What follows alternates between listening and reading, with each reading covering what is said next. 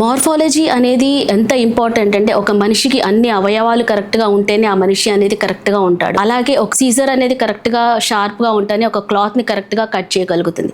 అలాగే ఒక ప్రెగ్నెన్సీ రావాలి అన్నా కానీ మేల్స్ లో స్పర్మ్ యొక్క మార్ఫాలజీ అనేది చాలా ఇంపార్టెంట్. ఆ స్పర్మ్ అనేది వెళ్ళి ఎగ్ ని పియర్స్ అవ్వాలి అంటే దాని హెడ్ కానీ నెక్ కానీ టెయిల్ కానీ కరెక్ట్ గా ఉండాలి. సో ఈ మార్ఫాలజీని మెయింటైన్ చేయాలి అంటే మేల్స్ తీసుకోవాల్సిన జాగ్రత్తలు ఏంటి? ఎలాంటి స్మోకింగ్ డ్రింకింగ్ లాంటి హ్యాబిట్స్ లేకుండా హెల్తీ ఫుడ్ అంటే మంచి యాంటీ ఆక్సిడెంట్స్ ఉన్న ఫుడ్ కానీ మినరల్స్ ఎక్కువగా ఉన్న ఫుడ్స్ లైక్ నట్స్ కానీ లేదా డ్రై ఫ్రూట్స్ కానీ ఎక్కువగా తీసుకోవటము, లేదా బాడీని కూల్ గా ఉంచే పదార్థాలు లైక్ రాగి జావా, రాగి మాల్ట్ కానీ లేదా బార్లీ వాటర్ లాంటివి ఎక్కువగా కనుక తీసుకుంటే బాడీని కూల్ గా ఉంచుకోగలుగుతారు. మార్ఫాలజీ అంటే హీట్ అనేది ప్రొడ్యూస్ అవ్వటం మూలాన కూడా ఇన్ఫెక్షన్స్ వలన స్పర్మ్ డెత్ అవ్వచ్చు, మార్ఫాలజికల్ ఆల్టర్స్ అనేది జరగవచ్చు. ఫుడ్ అనేది కనుక హెల్దీగా తీసుకుంటే ఇలాంటి మార్ఫాలజికల్ అబ్నార్మాలిటీస్ ని కొద్ది వరకు మీరు తగ్గించుకోగలుగుతారు. అయినా కూడా తగ్గకపోతే అప్పుడు ఆ క్లినికల్ డెప్త్ ని కనుక క్లియర్ చేసుకుంటే ప్రెగ్నెన్సీ అనేది హెల్దీగా వస్తుంది.